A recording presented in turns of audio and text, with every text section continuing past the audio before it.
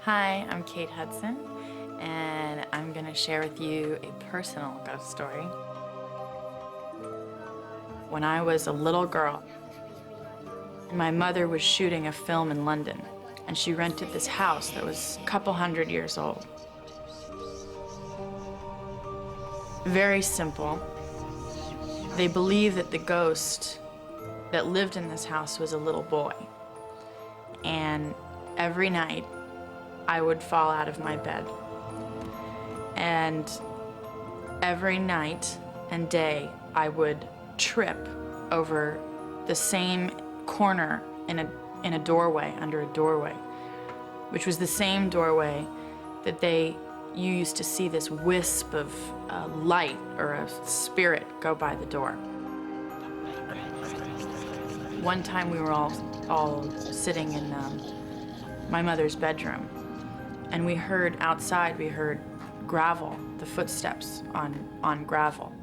A door open, door close, steps coming all the way from inside, all the way up the stairs. A shower turning on, and we thought it was my mom coming home from work. And we went and looked at the shower, and nobody was there. It's the same place where I was pushed into a pool with I had on wellies and a raincoat, and found my way somehow into a gated pool area and fell in. And the caretaker believed that I was pushed in because he was right there and saw it, and it looked very strange. Pots and pans would go in the kitchen all the time, almost like an earthquake. Finally, my mother went to the landlord and said, "What's going on?" And she told her the story that they believed that there was a little boy who haunted the house. Long story short, my mom packed us up and we split.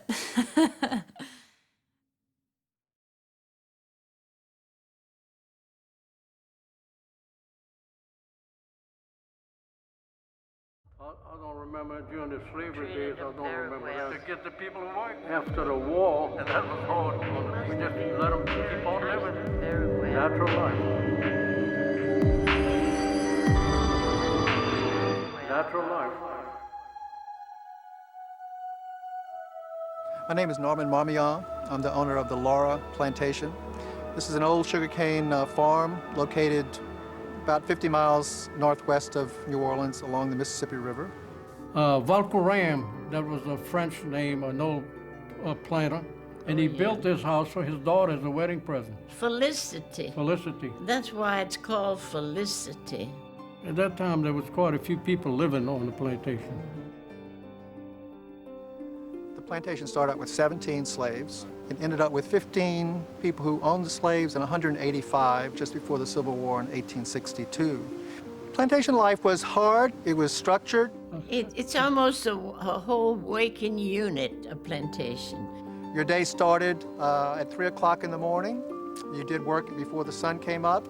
Big breakfast bell was run at dawn. And adults went to the front of the big house, said their prayers, were told what to do.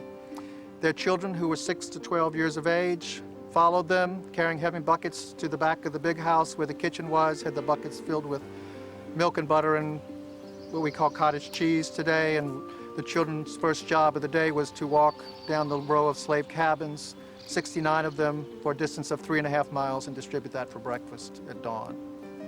Your daily routine ended at about 10 or 11 o'clock at night. They were paid usual wages, whatever it is. Well, it wasn't very much at that time, in those days. A sugarcane cutter would get about, in today's money, $500. Now, the men who were supervising, who were slaves, the sugar makers, would get as much as $3,500 in today's money. What did they do? They garnered enough money for themselves, for their families, and they freed themselves. And the average price on a slave's head throughout the history of Louisiana's slavery history was $25,000 in today's money. The first slaves to Louisiana were all from Senegal. They're basically from the same tribe, the Bambara tribe of Senegal. And when the Bambara tribesmen came here, they were specifically suited for what the French wanted, to build a colony. The Bambara tribesmen knew how to grow the crops here, they knew how to build houses, they knew brickwork, they knew metalwork, they knew carpentry, so this was perfect. And for 60 years, these Senegalese slaves became a cohesive unit, and they continued their traditions. They were allowed to continue, and they formed the base of the Creole culture in Louisiana. It's a very practical culture. And today it marks Louisiana's lifestyle is different from the rest of the United States. The system of slavery was horribly brutal. It's amazing that we were able to have the conscience to eventually move beyond that. The good old days. The good old They days. weren't all so good. I don't think they were all so very good, I'll tell you.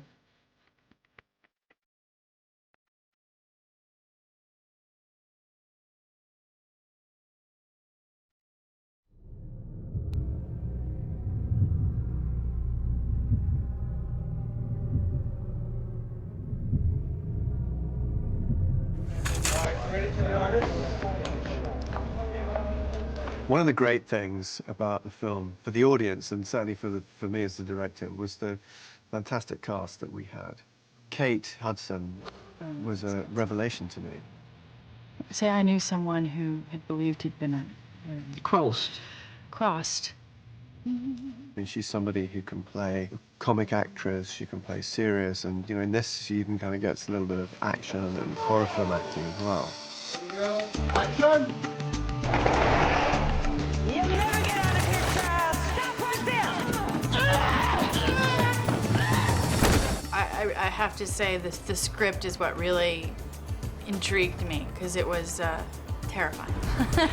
You stay back. So Kate Hudson seemed like a natural for the role. When Ian and I were discussing the casting, we were both fans of her work, but also the character's portrayed as someone who was living a rock and roll lifestyle and is now kind of crashed in New Orleans. And Caroline says, Stay back, I'll kill you. This all seemed right out of Kate's life. The portrayal of a groupie and almost famous, this just seems organic, that she would really bring a lot to the picture. It's just so much fun to be able to do that kind of stuff. The best is when you see hair and makeup come in and they're like spritzing you with rain. You're going, what are you guys doing? And then they're like, cue the rain, and all of a sudden you see everybody flee. all right, make it rain, please. Bring up the water truck. More lightning power. away from the rain bars, and they're all standing there dry. You're sitting there, drenched rat in the rain, going, "How did I get this gig, man?" I mean, at one point I was soaking wet for 15 hours.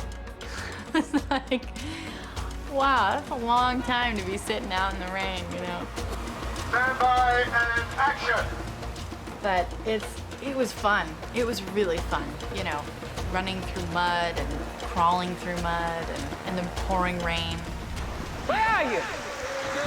And background and action. Look, whatever it is, it's not your average addict. The wife says it's been locked up ever since she first moved in. Find yourself a hoodoo room. Joy Bryant is wonderful in The Skeleton Key. She plays the part of Jill. Jill's from New Orleans, so she's just freaked out by the whole idea of it being out in the swamp and being away and stuff. Whoa. Terrebonne Parish. I get my hours Freaking swamps. and I get paid. So I'm not really a fan of her working there, but $1,000 a week is a pretty good gig, so I can't really knock her for that. They got gators in the swamps and guys missing teeth. For $1,000 a week, Oscar. Joy's part in the film is really to be the voice of reason. She's the voice of the audience. She's the person that says, don't go there. I don't believe in it, but I don't want to mess with it either. And I think she plays that beautifully because she's a very naturalistic actress. Oh, you don't believe in this stuff? I don't, but I'm not just gonna mess around with it, so you wanna go in? Go ahead. Listen, when I introduce you, just let me do most of the talking. Everywhere you look, it's a whole new world all around you. It's like being born. Yeah, Peter Sarsgaard, who's playing Luke, we wanted to get someone really good. And he looks great on screen. I think he's one of his strengths is that he's somebody you you want to watch, that your eye is drawn to on the camera. Once we get up there, it's in order.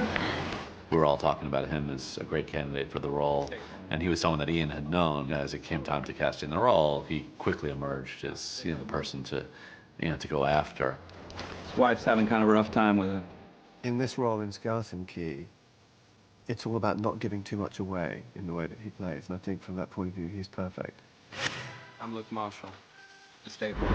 I thought about it from a number of ways, I guess. I found these videos, people like Roscoe Holcomb, Son House.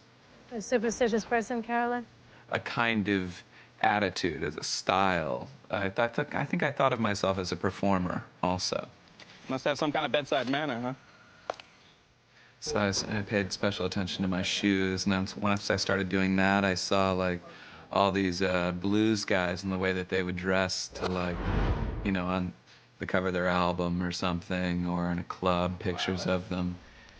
You know you're the only woman in my life. I know no such things, and remove your perspiration.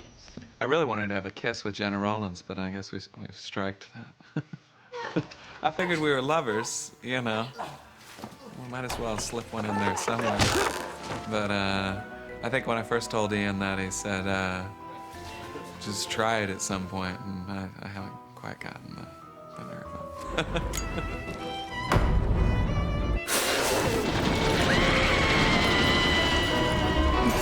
I'm Jenna Rollins, and I play Violet, a very spooky old lady down on the bayous of New Orleans.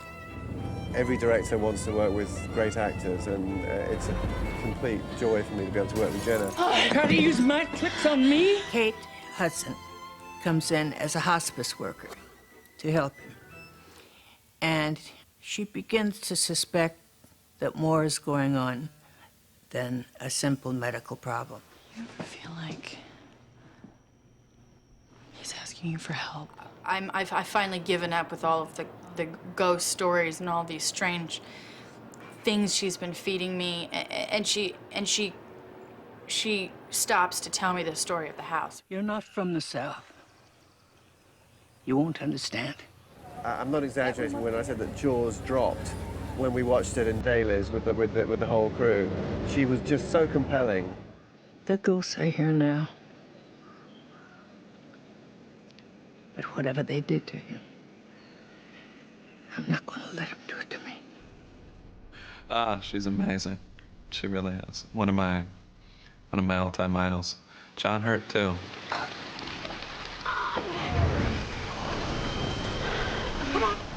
This is the role of Ben, which a lesser experienced actor might have interpreted as being not a very demanding role, because for a lot of the time he sits in a catatonic state. You know, the way that he's able to act internally is very, very important, because we're wondering all the time what's going on below the surface. Because of that, I'm delighted that an actor of John's caliber has agreed to do this. His words have gotten lost and wandering in his mind. Let the water run down and wash away this condition. It's perfectly clear. He makes it perfectly clear without any lines to speak of. It's actually one of the challenges, the fact that he doesn't say anything. And he doesn't say anything for reasons. John Hurt brings tremendous sympathy to what's really a central role in the crux of the mystery of what's going on in this house. This is a scene where everything could actually change around. Everybody could be dancing with different partners. But as it happens, that's not to be the case.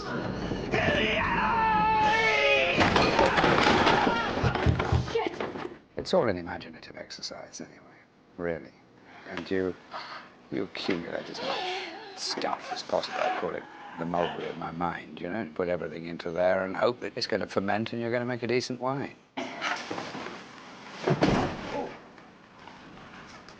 David.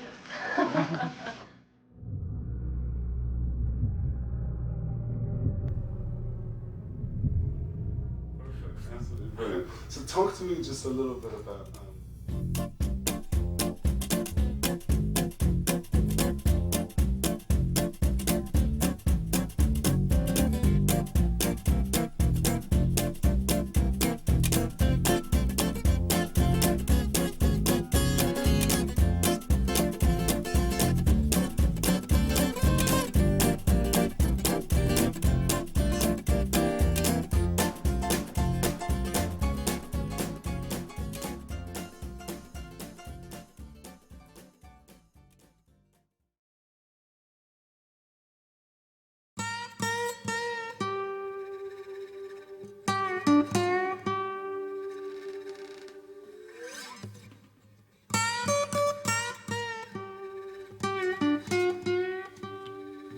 And I'm John Hurt. The reason I look like this is not because it is my normal state of affairs, as it were.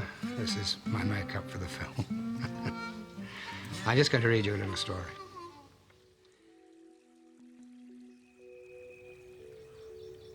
I have about 85 years of good memory to call on. I'm 90, so I'm not counting my first 5 years of life. My earliest recollection is the day my old boss presented me to his son, Joe, as his property. I was about 5 years old, and my new master was only 2. I never went into books. He used to handle a big dictionary 3 times a day, but it was only to put it on a chair so my young master could sit up higher at the table. I never went to school. I learned to talk pretty good by associating with my masters in their big house. I married only once and was blessed in it, with 45 years of devotion. I had 13 children and a big crop of grandchildren. Lots of old slaves closed the door before they told the truth about their days of slavery. And when the door is open, they tell how kind their masters were and how rosy it all was. You can't blame them for this, because they had plenty of early discipline, making them cautious about saying anything uncomplimentary about their masters. I myself was in a little different position from most other slaves, and as a consequence, have no grudges or resentment. However, I can tell you the life of the average slave was not rosy. Even with my good treatment, I spent most of my time planning and thinking of running away. I could have done it easily, but my old father used to say, no use running from bad to worse, hunting better.